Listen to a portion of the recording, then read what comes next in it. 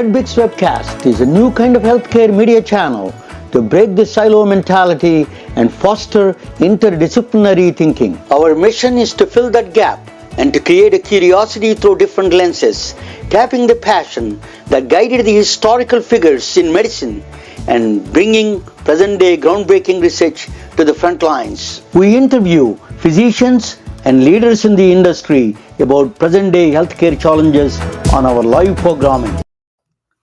Hey, hello. Welcome to the Medbix Webcast. This is Ramana Raju. I'm the host. So we have a very good program today. I'm going to talk with the oncologist, hematology oncology specialist, Dr. Mary Leung. She's joining from New York City, Long Island, actually. I lived in New York City. I had a great time in New York. I remember meeting a lot of doctors in New York, and it's a lot of big residency programs are there. Everybody knows. So I lived in New York City, Manhattan. I lived in Manhattan. I lived in Queens. It's really fun. Now I'm from Silicon Valley. I live in Silicon Valley now. So that's a very different world, as you all know. So I'm not Albert Einstein, but maybe my guest is now. So she has all the degrees. I've been hearing about this physician, Medscape Report came out recently in 2023. I cry, no one cares. That's there is a staggering number of, just a frightening number of doctors and healthcare professionals are burnout. It's reporting all over the world, not just the United States. What is this causing this problem? So one thing we don't know, when I came to this country, I was placing a lot of doctors. I was traveling in southern United States, Georgia, Alabama, Mississippi, those areas. When I was traveling, I used to see people, just rural areas practicing with a very, there is no independent or autonomous. Most of the doctors are not affiliated with any health system. They're independent. They make their own decisions. They're working hard though. But now change, the corporations, the stress is causing because the first time is the medical professionals are realizing that about the corporate influences in the world. That's one cause of that problem. And there is one problem consistently reporting is the electronic medical records documentation purposes. I was talking with Dr. Robert Pearl, former CEO of Kaiser Permanente. He was talking about the original intent for the EMR was to electronic medical records was to reduce the interoperability, to do the interoperability. But they used it for the billing purposes rather than patient interoperability problem. So that caused a real problem. As the billing requirement changes, any changes is caused the problem. In fact, I'm going to present a topic about that, how the changes affect the mental status on the topic about that. Before that, let me introduce you, Mary Leung, and Leung. She has the two last names, and she's joining from New York, Long Island. Welcome, Mary. Welcome to the Medbix Webcast. Thank you for having me. So tell me a little bit of your background. I told you you're a hematology oncologist. Tell me your professional background a little bit. Then we can go into the details a little bit. Sure. Thank you for introducing me and having me tonight. And so I am a full-time hematologist oncologist, and I grew up in Hong Kong, and I studied in medical school here. And as you mentioned, I am on Long Island, New York, and I'm practicing here as a physician, and I am also a certified life coach for physicians.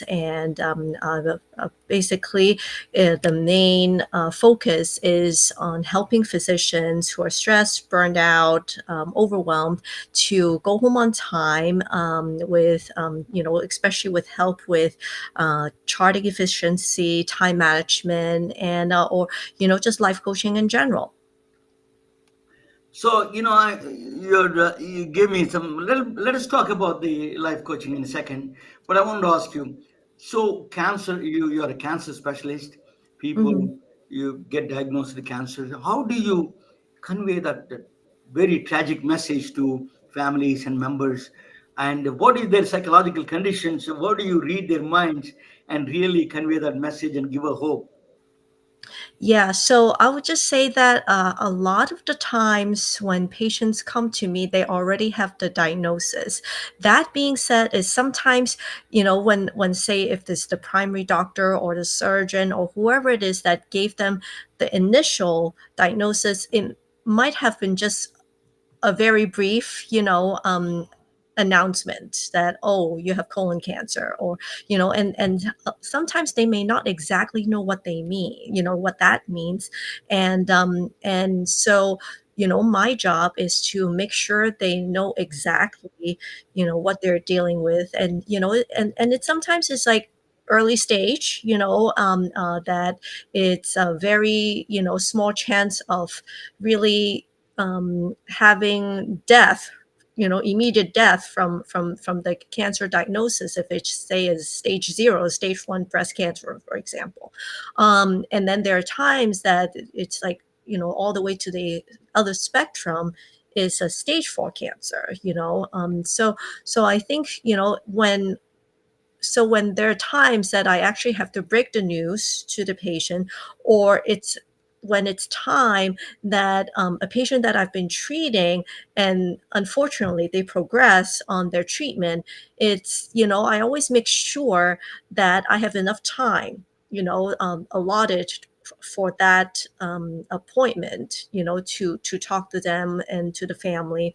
I always sit down, to talk to my patients, and to look at them in the eye, because I really do cherish that human connection, and I also just by looking at them and just seeing how they react, and just paying attention to what they say, and also what their body language is telling me. It's very important to let me know, hey, do I need to pause to let them absorb what is being told to them, or can I go on, or do I have to explain it in another way?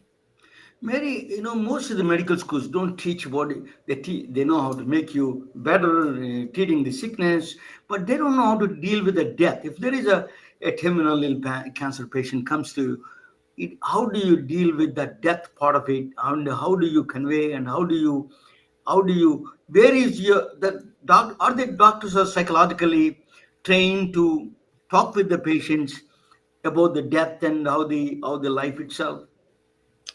Yeah, so I think one thing important to remember, that we're all human beings, and we all have to die at some point, and we just don't know when a lot of the times, and we don't know how.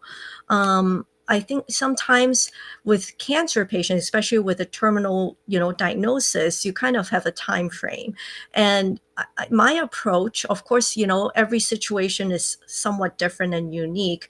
But my general approach is really to be honest and to be open, to the patients, to the family, and of course, just some, you can be honest, but you don't have to be blunt about things, and you can be nice about it and show your kindness and your compassion. And I think that just really also giving them time to talk and to ask questions, and to let them express their emotions, like if they're angry about their diagnosis, or if they're sad about it, just give them time to really process the emotion. I think that is so important. Do you think religion or spirituality or anything play a role in that context? Sure, yes. So, I always think that it's really amazing how, say, hypothetically speaking, if there are two different patients with the same diagnosis, and you can see very different reaction just by, how they're brought up, or, what their outlook in life, how they're different. Someone could be patient A, for example, could be just complaining about everything under the sun, and just not happy about life in general, while patient B may be just grateful for everything. Like, even though there is, terminal cancer, that person can be grateful for, the medical team, for the care, and for, say, going through the treatment and it's tolerating okay. Like, that person could be just taking every opportunity to be grateful, and just, not really taking things for granted. So now you take a different hat now. So what you go through, the conveying this kind of a tough messages. If you are going through, who is taking care of you? That's, let us talk about, you write a lot about your own challenges and struggles of that pressures of the corporate pressure, or the regular pressures of daily life, that you went through that pressure. Tell us a little bit about your journey through that, uh, as a not a doctor, as a human being. You went through that a lot of pressures. You explain that a little bit to us, so as the outsiders we understand what doctors go through. Yeah, I think, yes, you're right, because, um, I think outside of being a physician, a lot of people probably have a hard time to understand. It's like, oh, you're a doctor, you have a good job, and and all. But I think in reality, especially, I would just say in the United States, because of really the healthcare system is structured. So a lot of times, if you a lot of the physicians, including myself, is working for a bigger institution, and there are certain uh, expectations, and like, say, you're supposed to see, so many patients, like a set number of patients, and the set hours, and also, you know um, do, of course, complete all the electronic medical records of each patient's chart, answering the phone calls, and all the paperwork that you're supposed to do. So I think in my journey is that, it was almost like a cultural shock to me, that, when I decided to become a physician, my really simple, pure, goal was really to help people. And I thought that that was the the best way to do it, person to person, and just to help someone go through their diseases. And then, just after the training, and becoming a physician, attending to be on my own, that was really a little bit shocking, in the sense that, I mean, I knew what I was already doing, medically, but it's just outside of the direct patient care, there was just so much more responsibility, and especially with charting, and all those things that kind of pile up, and to the point that I just felt um, very overwhelmed about things, uh, and I was, yes, I was supposedly, seeing, I would just say my schedule was scheduled for maybe 8 hours of seeing patients. It ended up to be that, with all the charts that I had to complete, and, all that other, administrative work, and all those things combined, I would be going home past 7 o'clock, not because my work was done, but because I wanted to just see my family, just wanted to spend some time with my kids before they went to bed. And a lot of the nights, I would still have to, after they went to bed, I would still have to finish my work. And sometimes, some weekends, I would still be catching up on, doing the patient's charts. So I think, with that time commitment that I did not sign up for, and not expected, to do, and just committing myself without realizing that was the deal of becoming a physician, and not even getting extra paid, like, not like, other jobs you get over time, right? And that, with basically not much time outside of practicing medicine, and just going through the motions, because it's like kind of like day in and day out throughout, during the week. It's, I work these long hours, go home, see the kids, go to bed, get up, and it's all over again. That I just felt like I wasn't living.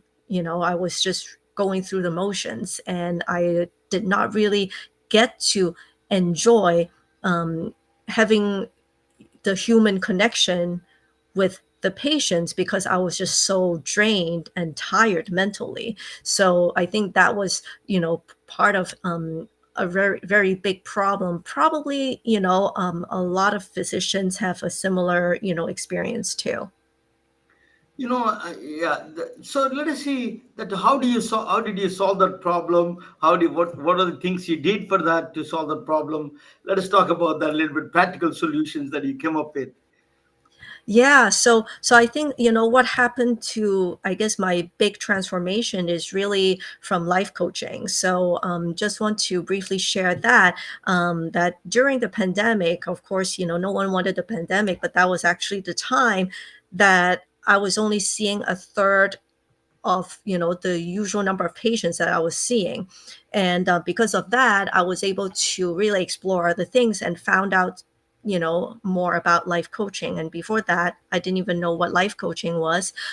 So I joined this program that was founded by a woman physician, and the group program, and that I learned more about, how it would help me to think, and to really examine what I'm thinking and feeling. And I also worked with a coach within the program, to work on, because I realized that my main problem was I was just not going home earlier. I was going home so late and still had the burden of doing more work at home. And so I really wanted to just go home earlier and with my work done. And so we worked on that, and I was able to, How do you solve the eventually problem? achieve. How did you go home earlier? Just you Yeah, drop the so work.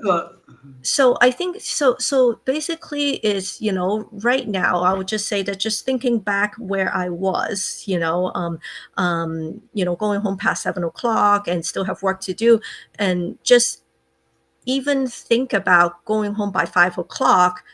It was it was just almost like a dream, but not, that didn't sound like something would happen to me. So I think the first thing, is to, have that belief that it is possible. It is not possible the second, but it is possible to do it. So I think, that's kind of like this, the beginning of it.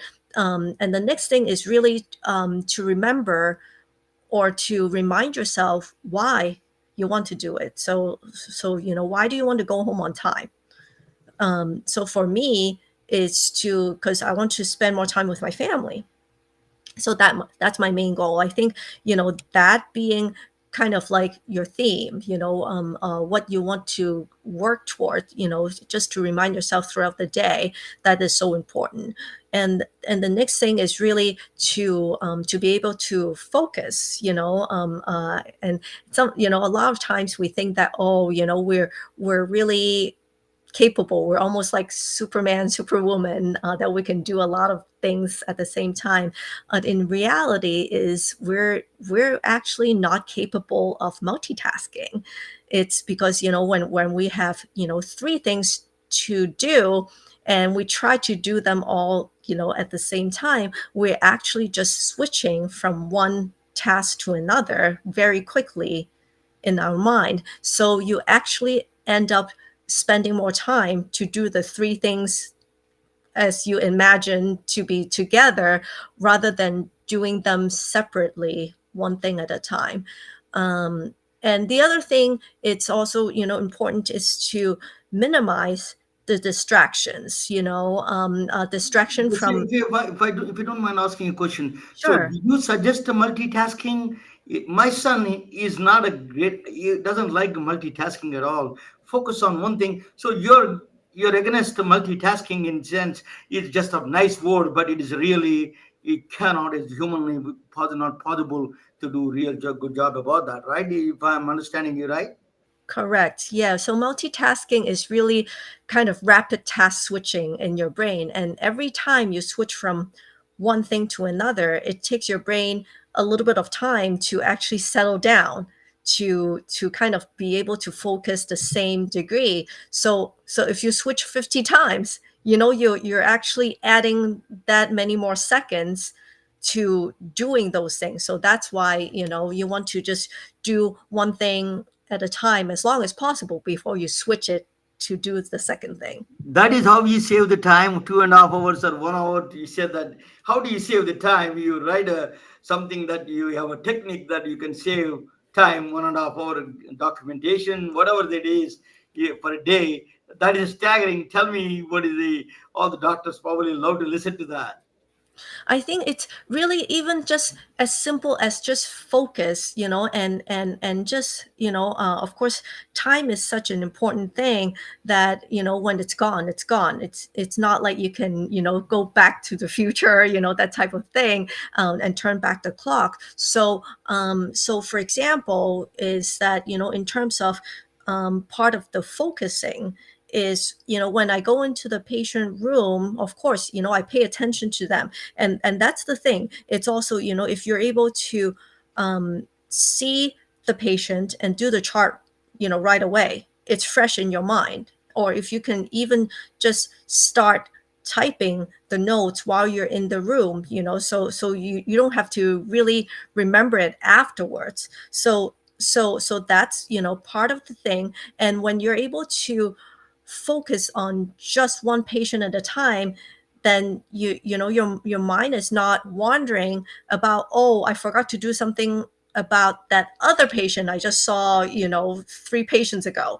And so I think that being able to focus on one patient at a time, that really saves you time, because you can just be laser focused and just do that, whatever it's needed for that patient, as opposed to, if you don't take care of the orders or those things, until later on, especially writing the chart later on, it actually takes you probably 2 or 3 times more the time to do the same thing.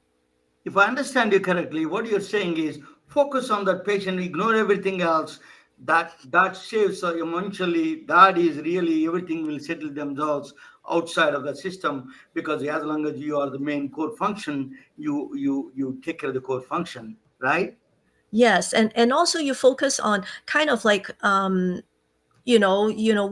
they're here for, like the main problem, their main concern. Because say if a patient comes in with 10 problems to Hmm. want to talk to you about, it may not be realistic for you to be able to address all 10 problems. And maybe out of the 10 problems, there are only 2 or 3 that are pertinent to your specialty, or that needed to be addressed right now. And the other 7 problems, maybe that patient needs some other specialist, or you can talk about it in a follow-up appointment. So I think, being mindful of the time and being able to focus on that, patient, just by doing that itself and finishing the chart, that already saves you, minutes. And if you do that 20 times a day, you can imagine, how many minutes you're saving. It looks so simple, but it's a very, very powerful truth that is focusing on that particular. I do that, when I wanted to understand a complex subject, I just focus on that when I ignore everything else. That's the only way you can solve it. Otherwise, you can't solve. If you worry about, what is, oh my, what about that one? I put something on the stove. I don't know. I need to call the school. I need to do that. All these things, distractions, and you don't accomplish anything. You're just running around all the paying a little bit attention to everything, and dissatisfaction creeps in. So clinical documentation is said that is one of the biggest challenges American healthcare workers are facing, healthcare professionals. Tell us a little bit about documentation, the burden of the documentation here, in your The perspective. More perspective about documentation. Yeah. Okay, so I'll just say, before I was able to manage my time to go home on time, I really disliked patient documentation, because I view it as the obstacle between me and going home on time. And of course, at the same time, is I understood that it was something that, you know I had to do, because it's some sort of a way to communicate with other people, other clinicians, of, oh, how, what I'm thinking, and what my plan is for the patient, and and kind of like my thought process, and the management plan. So I think documentation is in general, it's a useful and actually essential thing. Unfortunately, as you mentioned earlier in the show, that electronic medical record has, it's really more favoring the financial aspect, the billing part of things. So it's not necessarily very user friendly for physicians, and and depending on what electronic medical records you use, sometimes there are a lot of metrics, a lot of boxes that you're supposed to click, and of course, um, you know that kind of adds to the burden of of charting, of course, more time for physicians to spend on, and some of them are really not necessarily um, helping with the clinical outcome of the patients.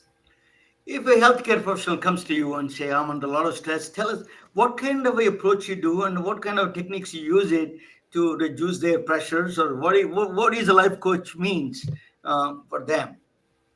Yeah, so I'll just say that if someone comes to me who's very stressed, I think it's important to have that person, so as a life coach is really you're trying to guide that person to have them recognize what they're thinking, and how they're thinking is affecting how they feel and how they act. So I think, because there's just so many thoughts that are in our brain every day, that a lot of them, like, we don't really even Can you give realize me an what. example of that? Just a specific example. What, if some patient, if the doctor comes to you stressed out, one example, give me how do you solve that? Yeah, so it's like, I'll just say, I ask, what do you think it's making you, feeling so stressed, and some, and say, for example, they may say that, oh, it's really this electronic medical records, or I'm, charting, like, at the nights and weekends, and I don't get to go home on time, that makes me so stressed.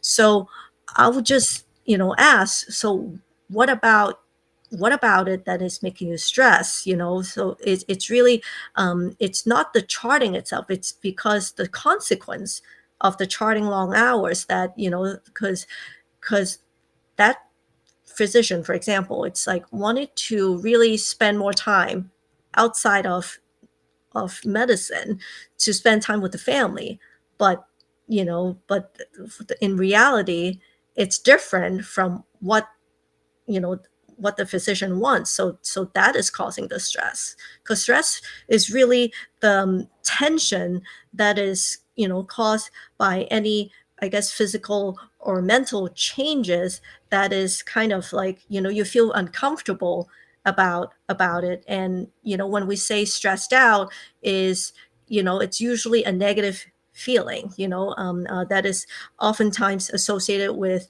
say, frustration, anger, or irritability, anxiety, things like that. So I think that, just to address that, how, how the stress, it's kind of, the feeling is brought by, what the person is thinking of the situation. I think that's, an important thing, to start.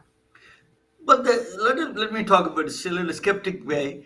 Um, how do I know if I'm a physician and I'm going through a lot of stress?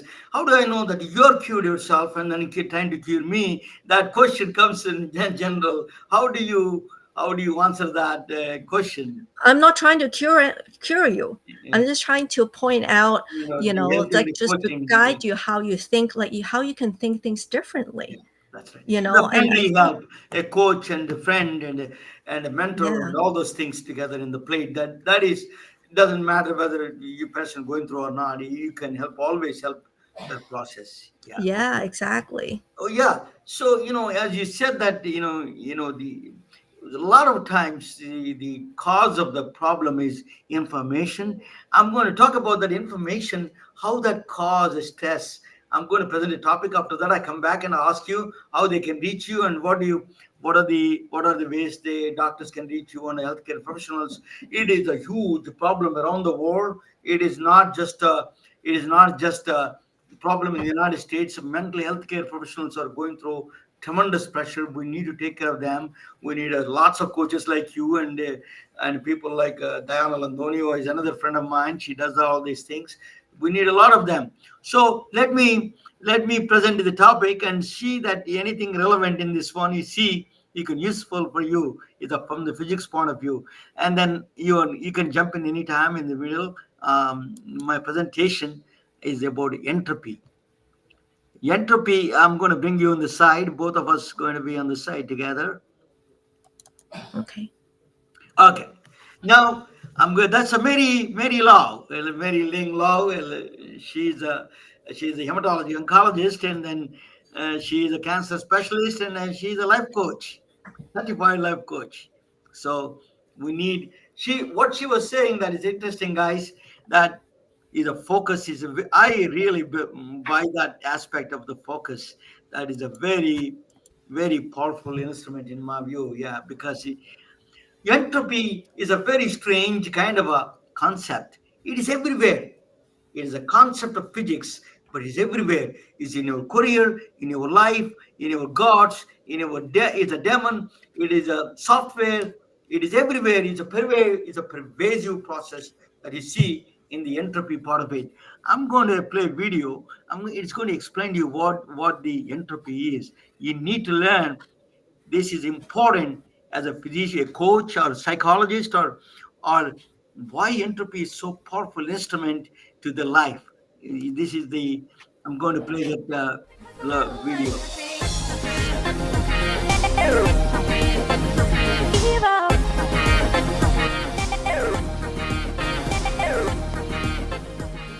Hello, my name is Ramana Annamaraju.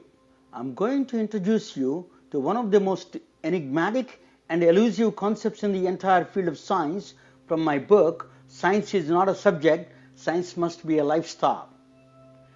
The concept is called entropy. I'm focusing on one aspect of entropy related to information and its connection with the present day healthcare challenges. Entropy is like a ghost, but it is a mean one. You don't see it, you cannot talk to it, it never leaves you, it threatens your job, it tries to destroy your health, it affects your performance, it follows you wherever you go and whatever you do. You feel and see only its destruction. It is not your competitor you need to worry. You need to worry about this elusive ghost. It is your enemy number one. Please pay attention. It makes a difference in your career, in your job, and your duties. If you are a policymaker, you have to understand the impact of money and the economy of your citizens. If you are the CEO of a healthcare system, you have to be concerned about access and equity for all your members. And if you are a software engineer, you need to analyze simplicity versus complexity with your user experience design. As I mentioned before, entropy is your number one enemy. It is true what they say, know your enemy first, then you can come up with a strategy to deal with it. We need to start with the question how much you know and how much you don't know about a system you're working on. This is not some philosophical or a new age question. You have to quantify with the numbers. It is a scientific question to the core. The answer is not that easy. Fortunately, there was a guy smarter than all of us, gave a stunning insight. His name is Ludwig Boltzmann, an Austrian physicist, lived in the latter part of 1800s, came up with a statistical formula for known versus unknown. It is not just a formula, it is a law, second law of thermodynamics. In urban slang, we call it as a law of entropy. The law is not limited to known versus unknown, it is present everywhere, materials and processes and even life itself. Entropy is a true measure of your ignorance of a system. You may say, I don't know a lot of things, but I know what I know, and what I don't know, I don't know. This statement may seem right before you know about the law of entropy. The law of entropy says the unknown does not sit idle. It is constantly attacking your known systems. Entropy wants you to become ignorant and leaves you in constant confusion. It creates a chaos, your understanding of any system dwindling every day by law of entropy. Only way out is to fight it. Entropy is a tough concept to comprehend. I will do my best here with a simple example. You see a picture of a teacup with the 2 sugar cubes in the bottom, and the top teacup is mixed with the sugar. Adding 2 cubes of sugar makes you happier, but your happiness does not come for free. I know sugar prices are going up. Still worse, the law of entropy says your ignorance is also going up. You have known knowledge that there are 2 sugar cubes. Since you know something makes the bottom cup low entropy state. Now, when you mix the sugar, you turn the simple system into a complex system. Even if I ask you, you cannot get sugar cubes back. Sugar is melted away and you lost all the information about the sugar cubes. The irreversibility of the process increases the state of entropy. In a split second, you made the top cup in a higher entropy state. Known system became an unknown. Just it applies to a teacup, this irreversibility is evident everywhere and everything you do. A simple realization that if you create a process for your company with some data variables, the complexity slowly seeps in. It means you lost control of your process and the information becomes chaotic.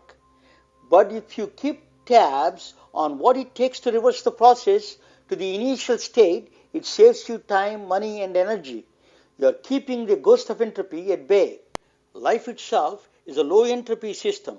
Zoom in or zoom out, your cells to your entire body do hand-to-hand combat with the law of entropy to keep you healthy and alive. Your number one enemy is waiting at outskirts of your life and your company. Boltzmann revealed this book of knowledge and wisdom about the universe with his famous equation. He could not convince his peers about his theory. Later, Boltzmann committed suicide, and his famous formula was written on his tombstone. Devil also, like numbers. Chaos may be its nickname, but it is speaking the nature's language, that is mathematics. Cancer is cellular chaos. There is no diagnostic equipment can measure the exact progression, but with the entropy algorithms, you can extract patterns from seemingly chaotic information. One such algorithm came from an unrelated field, football. Yes, game of soccer. Soccer fanatics wanted to know who is going to win the World Cup that is being held every 4 years. The fans include a number of scientists. They created an algorithm called World Cup optimization algorithm. I don't know how much it is useful in predicting the World Cup winner, but it is helping to detect and predict the progression of cancer. They are testing with the cancer of melanoma and breast cancer. Boltzmann gave the formula for entropy, but a brilliant mathematician and engineer at the Bell Labs, which became AT&T now, gave a different twist to the concept of entropy. His name is Claude Elwood Shannon. The theory bears his name. It is called a Shannon entropy.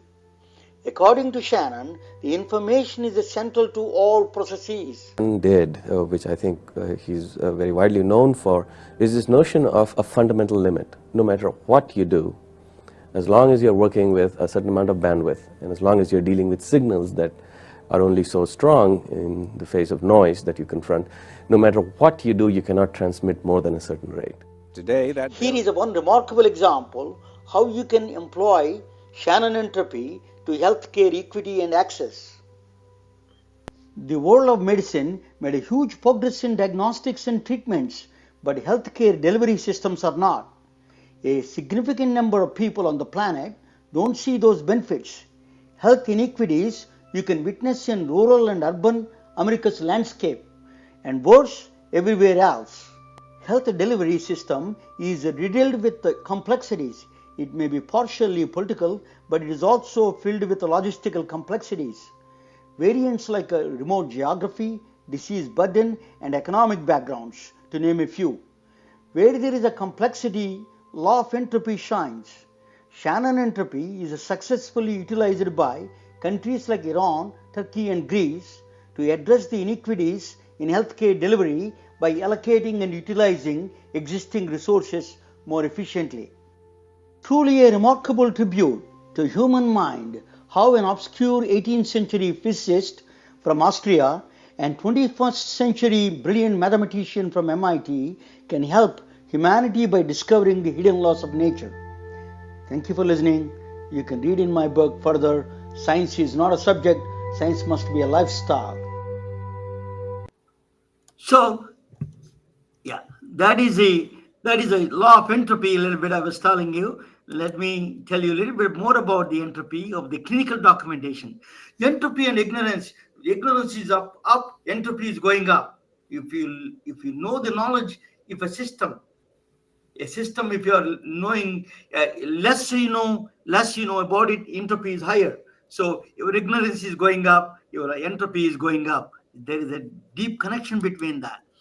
That's where electronic medical records come. EMR entropy, for example, I give you an example. The Epic says every time they give a free updates. Epic is the biggest EMR system in the healthcare industry.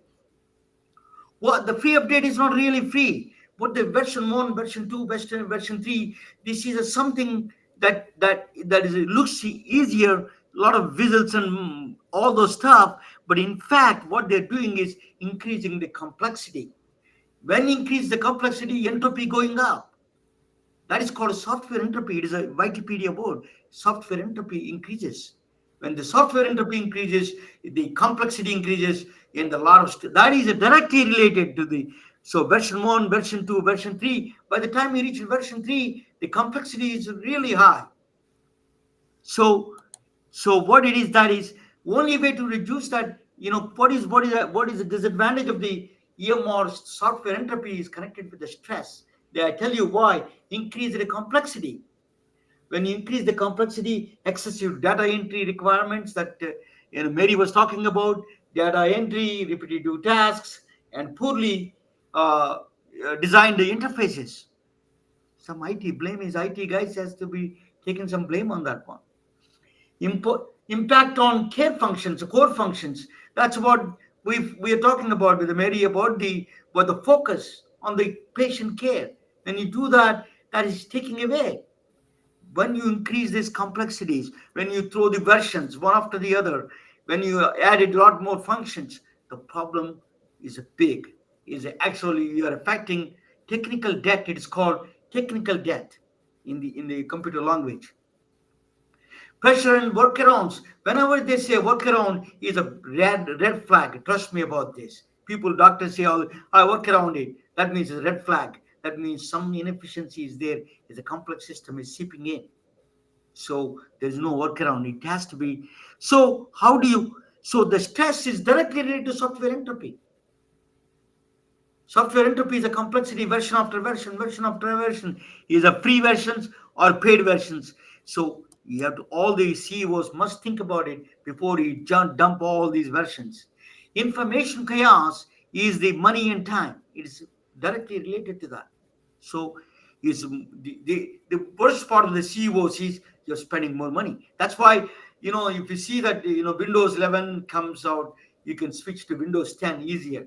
That's why one thing they practice because of the entropy, they practice with the one switch. Can you do that? What resources it takes to switch back to the original state? That is the one thing you need to practice. That's a physics problem. In fact, you can solve it. So what is that software entropy is test and software. How do you solve this problem? Okay, how do you solve it? Keep it simple. You don't need results but don't ask too many things. Simple, keep it core functions correct. Software entropy is a measurable, is a quantifiable. Software entropy is not an abstract. You can quantify how complexity seeps in, you can measure the complexities. So that that more complexities come in, more pressures come in. That is for both from the money point of view and then both the stress point of view, both. The reversibility, you have to really practice reversibility. How do I go back to the original state? What it takes to go to the original state. That means you have a clear understanding of it. So that's when you are going to be lost, you won't be lost. So always practice reversibility. What is the previous step? What it takes to me to go to the previous step. That is a very important. Entropy's power. You will understand. Entropy is not a. So another concept I will give you why aging is entropy. Basically information is essential to the processes. Why, in the laws of physics, there is no difference between the particles don't experience time. It doesn't know the difference between yesterday and tomorrow. So why we feel we are made up of particles. Why you feel tomorrow is different. We're getting older tomorrow, day after tomorrow, next year. Why is that? It's the lost information. That is the key. Entropy seeps in. The complexity seeps in. The particles in our faces we don't know where they are at. These plastic surgeons can go back a little bit, but the complexity is so big, they cannot take you to look like 18 years old. So the complexity seeps in. So one of the things you're losing is the information. Aging is where the entropy comes. Aging is a very connected with the aging is the entropy. From the physics point of view, there is no time is invariant. There's no difference with tomorrow and day after tomorrow or yesterday. So I don't need to tell this. So generally, this is Dr. Mary is an expert in all these areas. She knows better than me. But genetic information, for example, is information. Is a epigenomic information is information. These are all interacting each other. Information is the key for all the aging and everything process. We are losing the information. That's why it is. Actually, you can see that problem with senescent cells. That's what I heard from these people, because they send the wrong signals. The cells giving the signals, wrong signals. The communication signals are gone. Information is going wrong. That's where the aging process starts. Senescent cells causes cancer or anything. Mary may know a lot more than I do, but that is. The information is essential to all the processes. So what I'm talking about is, so why don't you remember future? Same thing. In fact, physics, it does not prohibit you. If it's all in the deterministic world, there is nothing prevents you from the laws of physics. The future is no different than past. But why you don't remember future? 30 years ago, you're in love, and 30 days from now, she's going to hit your head. You don't remember. The reason is the entropy. The information is so complex to remember, to get all the possibilities to come down. The information is so complex. Complex system comes in. That is the why we don't remember the future. It's all lots of karma. It's already sealed or fate, but we don't remember because we don't. This is a very funny question. Why don't you remember the future? Is a entropy because the answer is entropy. It's a disorder, the complexity. So the next one, I'm going to talk about a little bit about the entropy. Entropy. Why entropy is English language is so famous. I'm going to give you information is a powerful.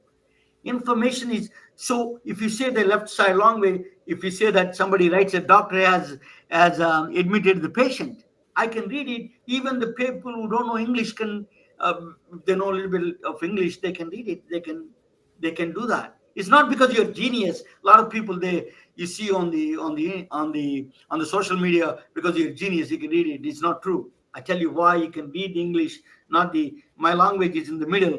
If you miss one letter, the entire meaning changes. If it's Armagnac or Chinese, it's going to be much more worse. So the question is, how many times you ask question about that information, is the number of questions increase, entropy increases. So the question information, you don't have the enough information to make understanding that process. English language has actually measured the entropy. Claude Shannon and Elwood measured the entropy of the English language 1.0 to 1.5 bits per letter. That's the lowest among all the languages. If you take my language or Chinese, anything, very high. That's why English is very popular. You can do Twitter. You don't see in Swahili, in Twitter in Swahili. The reason is that even if you can abundance of punctuation, grammar, and then capital letters, the commas, all those things, he added to this one to make it easier understanding the information. Information flows much easier. That's why the lowest entropy, English language is the lowest entropy. In that way, that's why it's popular. So a lot of people, entropy, not abstract. It is not an abstract thing. It's something like that. It is a mathematical process. Even though it's crazy, entropy is a bitch, but it follows some honor. It has Italian mafia. It has an honor system. It follows certain rules. That is a mathematical formula. It follows. Entropy is a bad news, but it follows the rules. So that is a very good for us, because how the cellular chaos starts. So many algorithms are based on entropy algorithms. You can see the vital sign monitoring, sleep studies, EEG analysis, all of them are done on entropy algorithms. Because how that chaos is seeps in, and how that become a simple system, become a complex system, you can follow the mathematics some extent. That is the power of the entropy algorithms. Entropy is a mathematical concept. So information is a physical. It is not in space. It doesn't exist in space, information, but it exists in time. Information is a very important. That is, the energy is not a fundamental. If you know the law, if you study physics, energy is not all that fundamental. Information is a divine, is a more fundamental. Information is the one creates that. The information is the not. That's why people say information is not free. As you think, it's actually measured in the electronic volts. Landau limit is called. That it's called a Maxwell demon. Maxwell came up with a brilliant idea. So if I put the in a box all the molecules, all the gas molecules, and then I separate it out with a door, all the slow moving particles on one side and the hot moving particles on the other side. That means fast moving particles create a heat. I can cook food, and then slow moving particles, I can store my food. So it's a free energy, right? Everybody, that's Klaprow. He came up with a brilliant idea, but I tell you, there is some flaw. That's a demon flaw. What is a demon? He's saying demon can do that. It's a free energy, but the entropy god of entropy said that, no, you owe me something. I tell you what he owes. What is demon has to remember that. Remember which is the fast moving particle, which is the slow moving particle. When you do that, when you remembrance, that memory costs you energy. That's why his energy was measured 0.01775 electronic volts limit. So information is actually energy. It costs you energy. So information is not free as you think. So that is you have to respect the knowledge. That's why I always say information debt, paying rent to the universe. Why we are in the universe? You're paying the rent to the universe. Usually that is a debt we are paying to the universe. That's why information, the debt goes up one day, universe goes bankrupt and then dies. That's heat death they call. So entropy is a marching towards the death. One way death this is. So even the universe dies, but not only we die, just Mary was talking about when we die, we don't know, but definitely we all die, including the universe. That's entropy says that there is no escape from this process. That's why in the last days of universe, this is very interesting, just a tidbit I want to give it to you guys. In the last days of universe, when I don't know, it's not moving, it's dead. What happened? Can you see? Mary, can you hear me? Yeah. Why is it not? Oh, sorry. I moved the wrong one. So the last days of universe, what is happening is, it is very, it does, last days of the universe, before universe goes into boom, heat death, people, every thought counts. Thought is really, Every thought counted means your thought creates energy. That energy is a this debt. It creates a technical debt in the entropy. And then so what they're going to do, this is a very is a story, but it is absolutely scientific.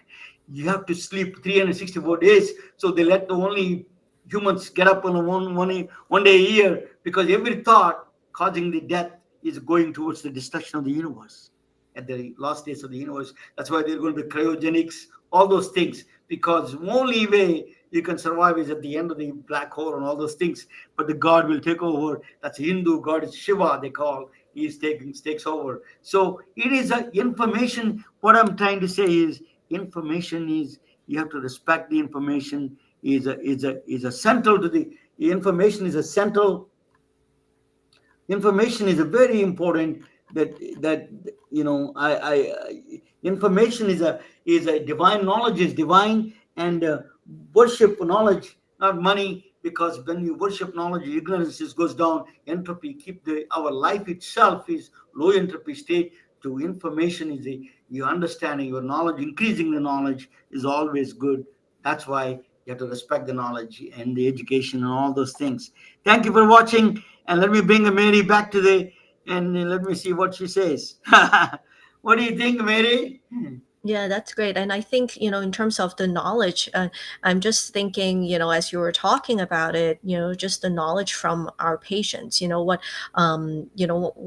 my patients is telling me, not just really just their diagnosis, but, their symptoms. Or sometimes it's kind of like, they may not be able to use their words to express it, but, you kind of have to figure out, or to know what to ask them, to prompt them to, give you what you're looking for, to see, hey, are we missing anything in terms of the clinical management. So I think really knowledge is, it's just so important, especially in medicine, and in just not dealing with the labeling the diagnosis itself, but just really treating the whole person. Oh, yeah, absolutely. That's why you said that focus is one of them. It's simple as a trivial, but it is a really powerful tool. As you say, that is a coach. That is a really, it helps me all the times. So that you're saying 2.5 hours, you can save maybe even an hour, you save that. You can save a lot of precious and time and everything you can save. That's the only way to solve the problem. Some of them are focusing the right, reimagining focus, and then realigning your goals, and focusing things. So that's what you do. What is Mary? What is your website? It's called Shining Gratitude. So let us talk about gratitude a little bit. Let us talk about the gratitude. Yeah, I think, part of, one of the major things I learned really from life coaching, it's just to be grateful, all the time. And I think just to be able to, knowing it's one thing, but actually practicing it is really, it's really brings up more joy and more content, and just really, and you can be grateful for anything and everything, and it can be something small. It can, and I think for me it's just, waking up in the morning, I'm just grateful that I'm alive another day, to be able to make a difference, to be able to help other people. And I'm grateful that, my body is functioning properly, especially, seeing my patients, right? And even just as simple things as going to the bathroom, or being able to eat and swallow. Those are the things that some of our patients just, they don't have anymore. And I think just to be able to appreciate, just every day seems to be normal, regular things, it just makes you feel so much better. So, if you have to go through the day anyway, why not feel better about it? Gratitude is a very powerful instrument. Thank you so much. I'm a wonderful talking with you. Guy, your website is shininggratitudemd.com, right? Yeah, shiningwithgratitudemd.com. Yeah. Gratitudemd.com. So Mary Lau. So you should talk with her. Gratitude and focus on the gratitude I learned from her. And thank you all for joining. It's a privilege to talk with you, Mary. It's really honor to talk with you. Particularly with this kind of what is going on in this world. We need more people like you. Well, thank you so much for having me. Good night, all of you guys. You know that and the next June is coming up, right? It's going to be exciting month, June. That I tell you, very Retelling their stories through our patented designs that can be worn on scrubs, t-shirts, printed on conference bags, and endless other promotional materials. Daily Wear for Medicine is the first ever of its kind to create curiosity in medicine through visual art. We at MedBricks are celebrating unsung heroes of the past who made enormous contributions to the field of medicine through our unique campaign called Daily Wear for Medicine. You can wear it, carry it, and give it